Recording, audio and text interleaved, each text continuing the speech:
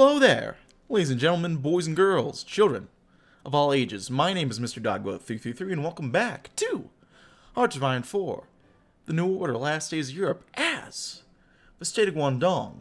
In the last video, we got an order from higher ups saying that we need to increase our GDP by, what was it, 2 billion? So we gotta get working on that. A friend of the channel, Kalinka Gamer, says hello, by the way, to all the YouTube people. And I want to kind of jump in and explore a bit of a lore. So we're going to start by reading into the capital of Koshu. Learn about that.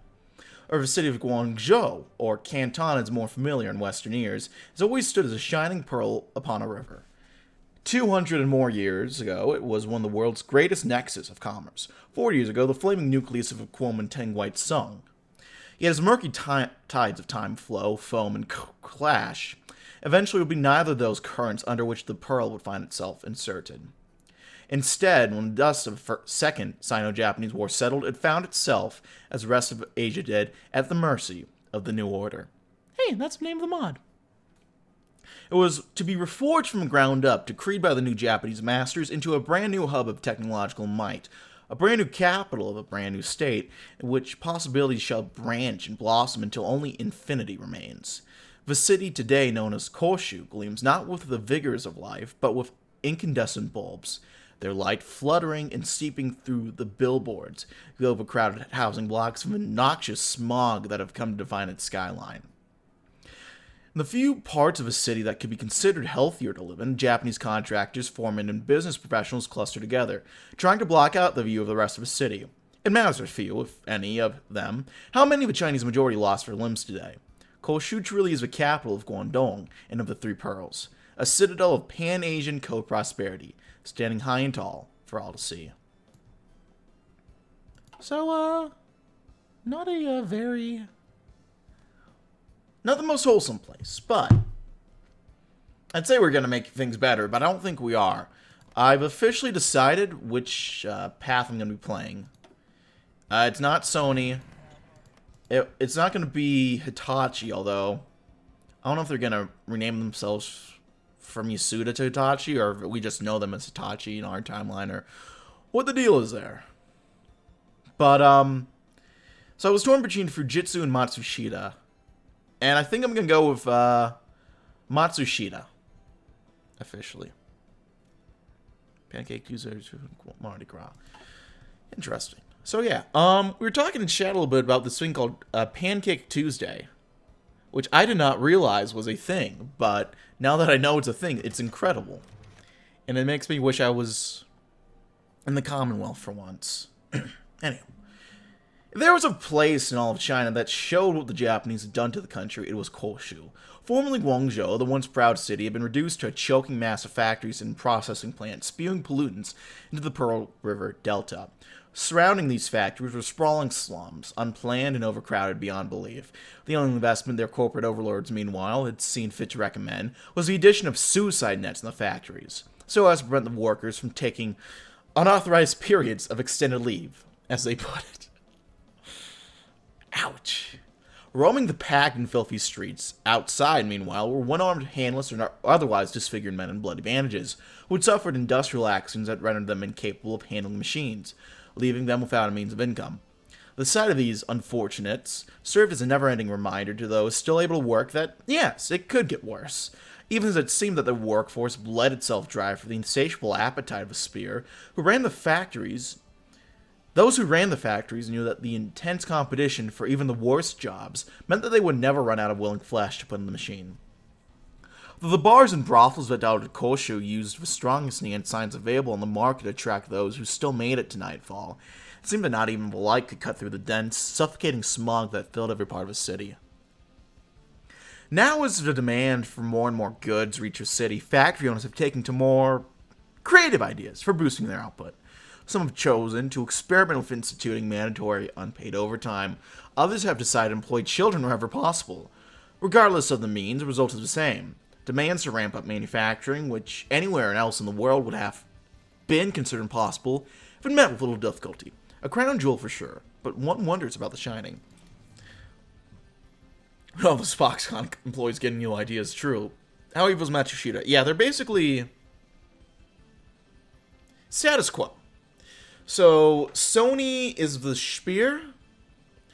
Matsushita is kind of the Borman, from my understanding.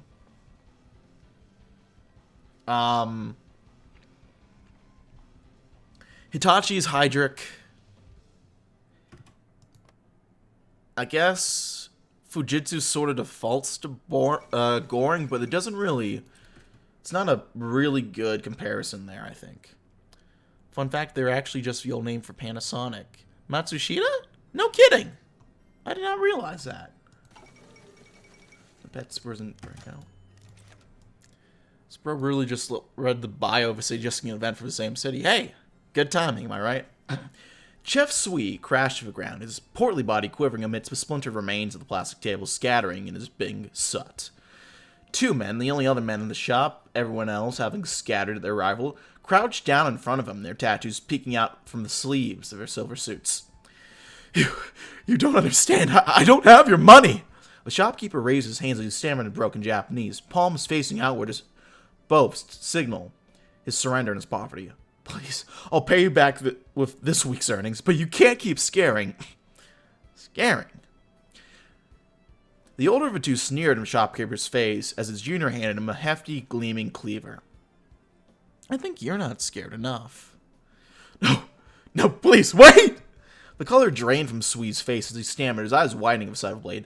I handed everything to another gang yesterday. 4 or 5 men, speaking Cantonese, threatening to break my arm if I didn't. The two thugs looked at each other, the Triads encroaching on their turf for the third time in as many months. And Match will follow the other stories from the shopkeepers in the district, and explain how broke Sui was despite himself. They pulled the blade back from Sui's neck, resolving there were far better targets to be had. We'll be nice, the elder Yakuza thug snapped, spittle flying on Sui's face. But if you don't have our money next week, then we'll help ourselves to this little shop of yours. Maybe even your precious wife and daughter. Consider them collateral to settle your debts with us. Fujitsu Zidanov becomes computers. True. And that's why he's asking thank you. But I really like this Triad Yakuza stuff. Yeah, it's really interesting. The 4 companies. What does that do? The product cycle. Cool, you were right.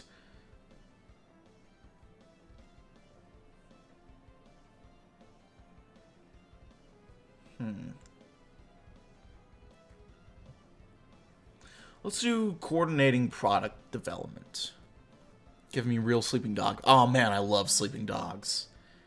I'm so happy you mentioned that. So we'll do coordinating product development. Sales are the heart and soul of Guangdong economic system, and the territory simply would not be where it is without the constant churning out of refined, improved products, demanded by the market's competition for consumers. Coordination between Yasuda, Sony, Matsushita, and Fujitsu is essential if this system is to be preserved. To prevent constricting rivalries, Chief Executive Suzuki will see to it himself that the 4 companies will maintain their cooperation to ensure that products release smoothly at optimal intervals. The market will thrive on private enterprise, Suzuki insists, as large corporation firms produce goods that will generate wealth and riches never before seen in the Southeast. Yeah. Why not? Small hint, try to keep Chinese opinion over 50 by the oil crisis, otherwise you'll be in a very oof position. I kind of know what goes on, so I'll try to be careful on that, for sure.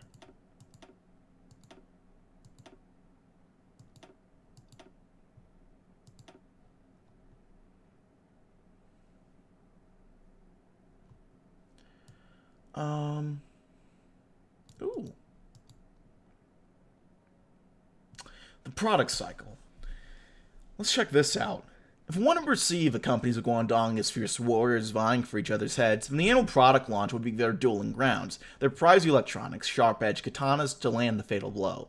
The Baftu Legislative Council with state-of-the-art products is fraught with intricacies. For the successful launch of each and every product, 2 factors are indispensable: quality control and advertising. Product quality anchors would trust investors in our endeavors, while sufficient advertising accumulates consumer market interest from targeted as well as potential markets. It is through a steady stream of successful launches that Guangdong shall maintain its financial prestige and contribute our part to the co-prosperity sphere's global power projection, both soft and hard. But even if product manufacturing lies dormant, technology does not. For our brightest engineers and researchers across the three poles shall toil day in and day out for the constant perfection of our releases and the optimization of state apparatus. Product cycle typically lasts 100 days, after which our creation will be put to the test in the murky waters of capital, depending on how both the quality and the popularity is. Release a product of immense quality and popularity and watch the political clout of its parent company skyrocket. Release an inferior product, however, and everything might come crashing down. Basically, product development and selling, useful boosting GP led co-seats for company you want to play as. Okay, word.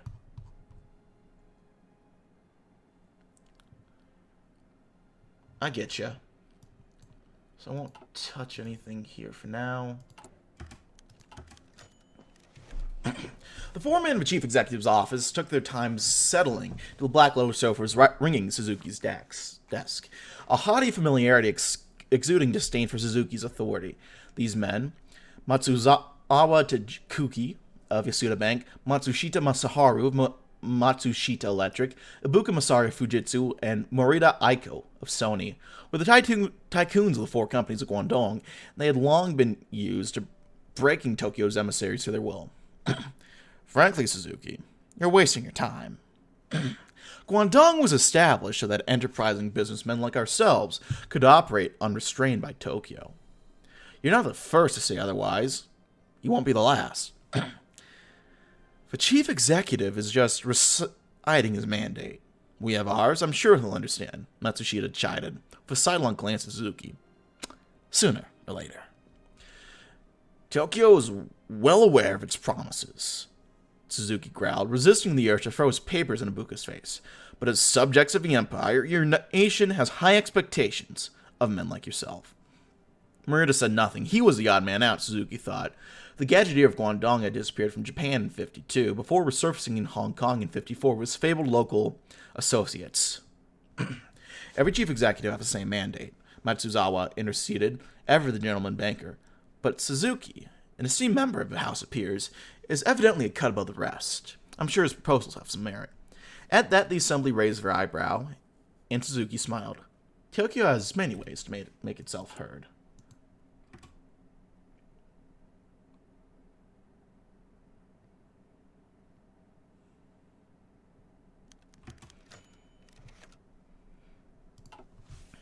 These Japanese names, and yeah, it's gonna be rough for my dumb American ass to pronounce all these, but I'm trying.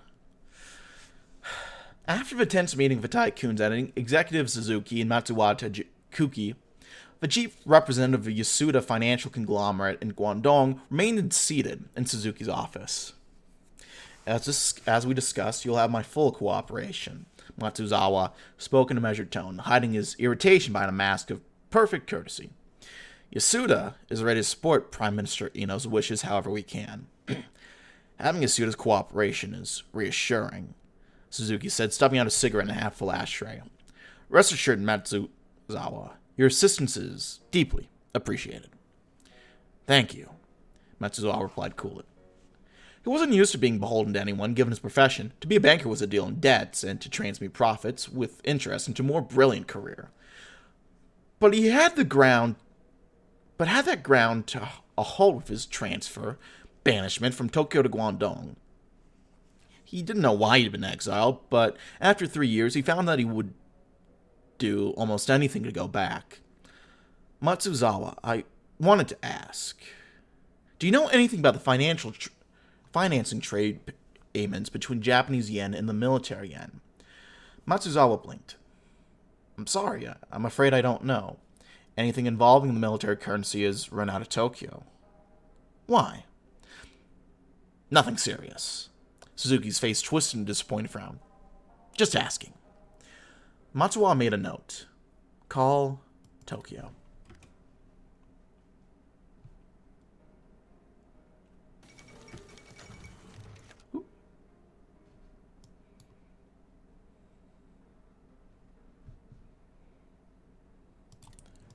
Stuff happening in Vietnam. Okay. Interesting. A man sits, his head screaming in the middle of a room. His eyes flicker frantically, like little candles caught in a gust. However, he has no wish to see. Not after what he's witnessed, not after he had lost his friend. Across from a curled-up figure sits another man, one who is at least somewhat smartly dressed, well-groomed and calm. He lazily reaches for the necessary paperwork. He asks for the trembling man's name. No response. He grunts when, to the growing annoyance, he has the displeasure to hear the erratic shuffling of the man's frantic limbs. Meanwhile, the trembling man's mind hurtles around. He can't understand what pulled his friend into that wretched mine. Did he succumb to the aching tiredness? Did he lose focus? Could he have simply given up on his exhausted life? Nothing made sense, yet he cannot tear himself away from the horror of his thoughts. He will return to work tomorrow. He has no other choice. The manager's paperwork will be filled, and nothing will change. He can only hope that he will not be the next to suffer a similar fate. Death becomes banal. Guangdong will ensure Vietnam never leads with CPS. True. Take a careless stride along a certain sector of the northern coast of the Pearl River, and one can vaguely make out the concrete, lifeless fortress lining the other side. Ask any elder residing nearby, either running a tea shop with his family or alone on the street, and he would offer musings about an army of stone-faced men in khaki, staring out of their island of barricades with almost unsettling vigilance.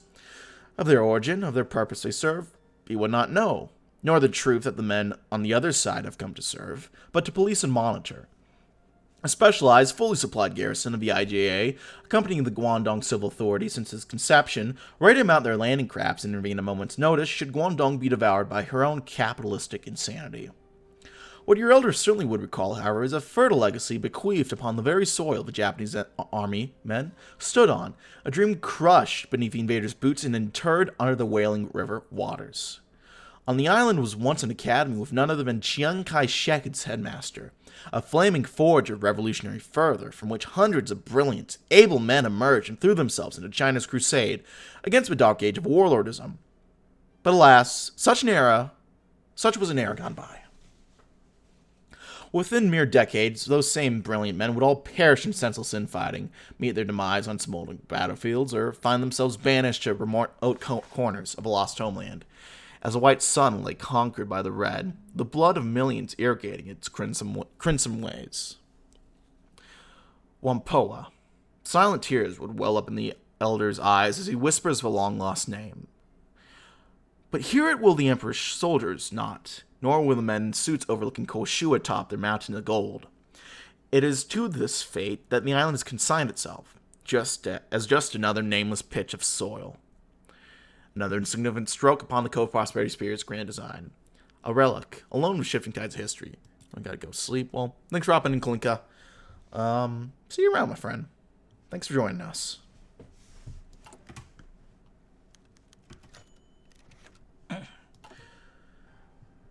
Matsushita Mashaharu watched Fujitsu's Ibuka Masaharu dig hungrily into the plate of chilled shrimp, living and marveling as he sipped his jasmine tea, his half-finished serving of shumai grown cold. The two had chosen the Kantonkin, a leading Cantonese restaurant in Guangdong's Japanese quarter, though Matsushita suspected that no Cantonese dish would look as red or taste as sweet as Ibuka's shrimp for a working lunch. Please, take your time, Matsushita remarked glibly, resisting the urge to check his grand psycho wristwatch. I have enough to spare. I spend my time in the lab, and it builds up an appetite. Ibuka paused his chopsticks long enough to look at Matsushita in the eye through dusty eyeglasses. Try it sometime. It'll help your sales. The chief executive's cozying up to Yasuda is a danger to both of us. Matsushita let Ibuka challenge slide. Tokyo has always wanted more say in how we make money here, but now Suzuki has the support to do it. You don't have to tell me how dangerous Suzuki and Yasuda's alliance is. You and I ought to be hard at working on the next stereo, color television, or computing machine, but people like them only know how to get in the way. I hear he might surprise us with something that'll hit both our bottom lines. Can you imagine? We can't have that, can we?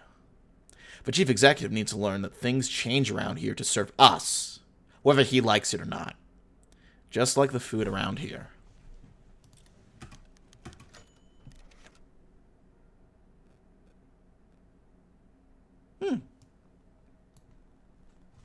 Sony, modular rifle MK1, easily adjustable, compatible with multiple ammunition types. Matsushita, special function weapons prototype, lightweight flechette ammunition, superior penetrative power. Fujitsu, experimental Type 1 rifle, integrated night vision optic with portable battery. Suzuki's lips curled in distaste as he flipped through the design specifications submitted by Sony, Matsushita, and Fujitsu. Prime Minister Ino had billed a replacement rifle proposed as a next-generation competition, but Suzuki had seen nothing worthy of that title among the candidates. He scoffed at Sony's promise of adjustability and ammunition compatibility, fulfilling a non-existent need in Japan or its closest clients and militaries. It might be good for export, he supposed, but that hadn't even been in the Army's requirements.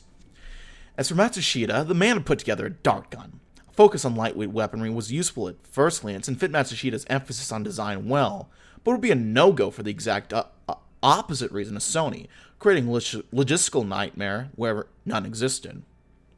And Fujitsu? While Suzuki admitted he was intrigued by the possibility of improved night optics, he'd nearly fallen out of his chair laughing when he saw the dimensions of the portable battery. A car battery ripped out of an engine and strapped to a man's back. I suppose he shouldn't have expected much. They were all newcomers to the needs of military equipment, and it showed.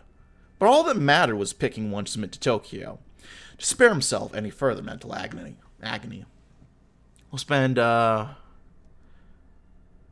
decent amount of money, go to national debt. It's time to decide which advanced experimental rifle project we will subsidize for advanced field testing. The field testing unit will then deploy, ready to be sent to Malaya. Not run over budget, the PTRG in this and all future projects have a deadline of 365 days before they are forced to pull out of a conflict.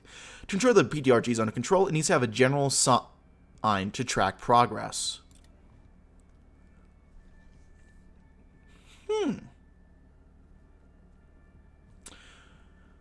Choice of infantry equipment project to subsidize for testing, research, and development for marketing towards CPS member states.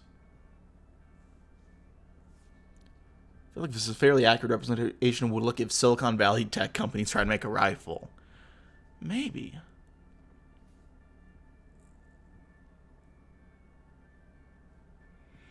Well, we want to go with Matsushita.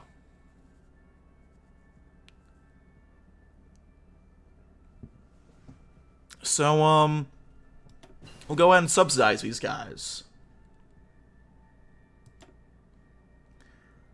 Matsushita experimental rifle. Here we go, the experimental rifle. So I think what we got to do, we have to get a general. We'll go with...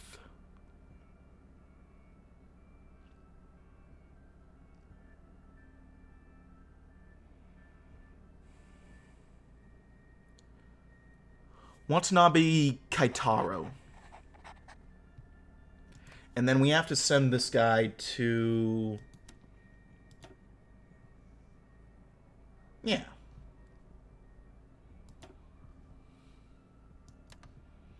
I looked a little bit into what this is supposed to do, and I think I kind of understand this. This is basically how we send our volunteers, from my understanding. We send them out at... They're basically... Ooh. Thank you. Klaus Games. Is that how you say that? Clayus Games? Something like that. By the way, hello, and thank you for the follow. How are you, my friend?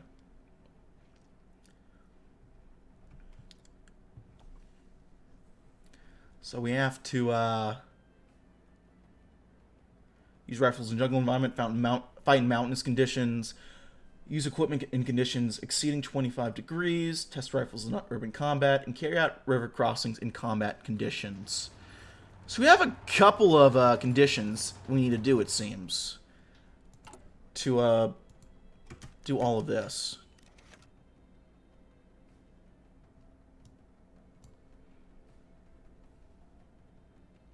Ooh. Posture check, goddammit. Thank you. Suzuki and Matsuzawa were 40 minutes into a morning meeting concerning the Legislative Council when a shrill ring came from outside the Chief Executive's office. I'm sorry to interrupt. The secretary bowed meekly at Suzuki's brow, not annoyance. Yasuda headquarters for Matsuzawa. Said it was urgent. I'll take it. Matsuzawa cut off the secretary to briskly lift himself out of the seat. Hopefully this won't take long. Minutes passed. Suzuki felt a twinge of pain as the last cigarette burnt down to a stub in his fingers. Cursing, he made for a vending machine next to the elevators before being stopped in his tracks by Matsuzawa's frustrated voice. The payments to Guangdong were being made by the Home Office. The Minazaka account. It was always them. What about Eno now? I thought this wasn't going to be an issue. You're damn right this isn't how I want to hear it! Suzuki nearly jumped. It wasn't at all like Matsuzawa to shout. He scrambled back to his office and flopped into his seat, mind racing. Something was going on with Yasuda and Guangdong. Something connecting this Minazaka firm and Prime Minister Eno. It could be nothing, but it didn't feel like nothing, not from Matsuzawa's tone. Was Matsuzawa hiding something? Something that made Yasuda a liability? Suzuki felt a cold, clammy wave wash over him at the thought. He suddenly wished he hadn't forgotten to buy his cigarettes. So we either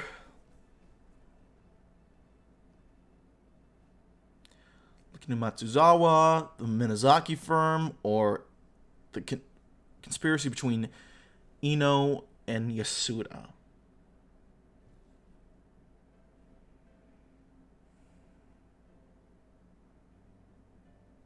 He just brings Germany, Europe, and 37 German rank. Hey, is that vanilla, I'm guessing? That's nothing wrong with that.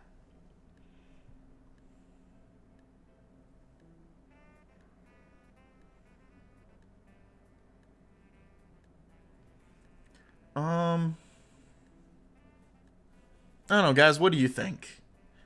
Check the payments, look into the firm, or look into any dirt between Prime Minister and Yasuda. I don't know if it matters at all. It probably does a little bit, but...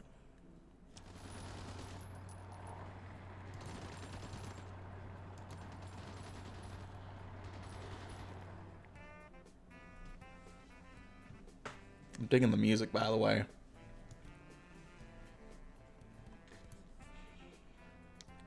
I kind of want to look into the payments, honestly.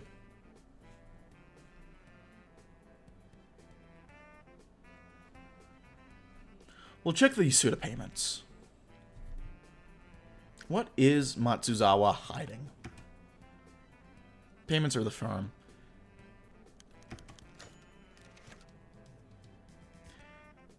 Very little could be heard above the clicking of the chopsticks and the waiter's shouts of a dim, sweltering eatery in Hong Kong's Shunwan. Nothing important could be overheard in the lunch's din without a would-be eavesdropper revealing themselves, which is exactly how Marita Aiko wanted it. Hydrate, thank you. Never mind that there were more private locations, such as Sony's headquarters in Central. The egg noodles were firm, the wontons and sashimi fresh. It kept Marita alive since he'd washed up in Guangdong a decade ago, and he trusted the man who introduced himself. How did I lose the place? Who'd introduced him to the place, now sitting opposed opposite him to keep the interlopers out. Aiko. Suzuki's been sent by Tokyo to Guangdong working for Japan, same as everyone else before him. Li Kaixing, the head of a Chong Kong retail conglomerate, said exasperately, "How will this time be any different?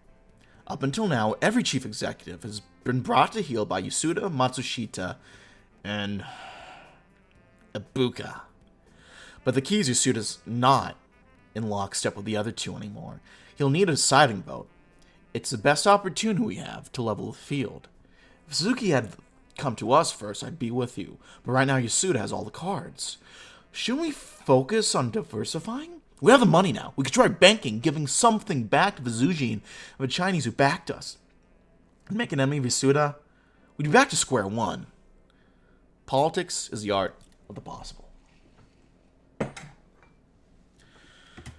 So, our volunteers are going to be in on the 20th. So I'm going to slow down the speed. So, what we need to do, we need to carry out river crossings in combat conditions, test rifles in urban combat, use rifles in jungle environment, fight in mountainous conditions, use equipment in conditions exceeding 25 degrees.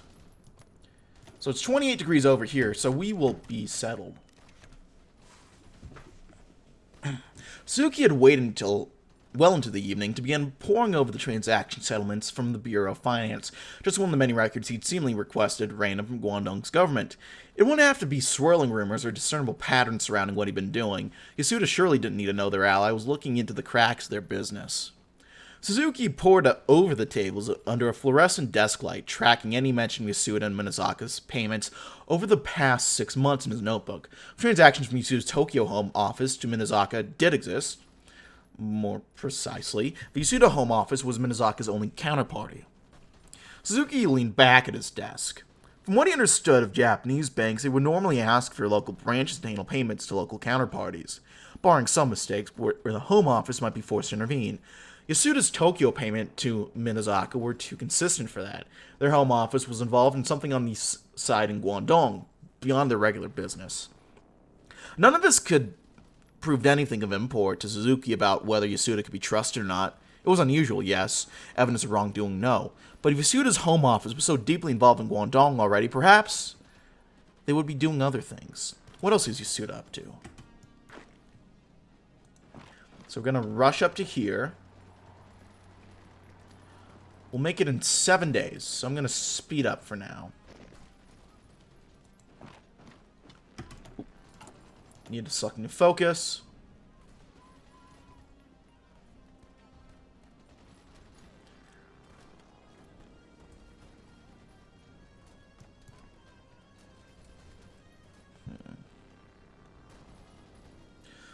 Let's go ahead and we'll ID the breakthroughs. Not all the companies are equally gifted. Some are burdened with limitations in manufacturing, others experience hurdles in consumer outreach. These issues of econometric proportions, impede the very streamlined capital flow so desirable at Guangdong. To navigate around this misfortune, Suzuki has seen fit that he uses his position as chief executive to authorize an inspection of each company's proposed product. Enacting measures for rigorous trials, his plan is to test and evaluate which items will reap the most profits, by means of examining performance, consumer confidence, and durability. Eventually, the results will come in, and Suzuki can begin to launch the next measure of his lucrative ventures.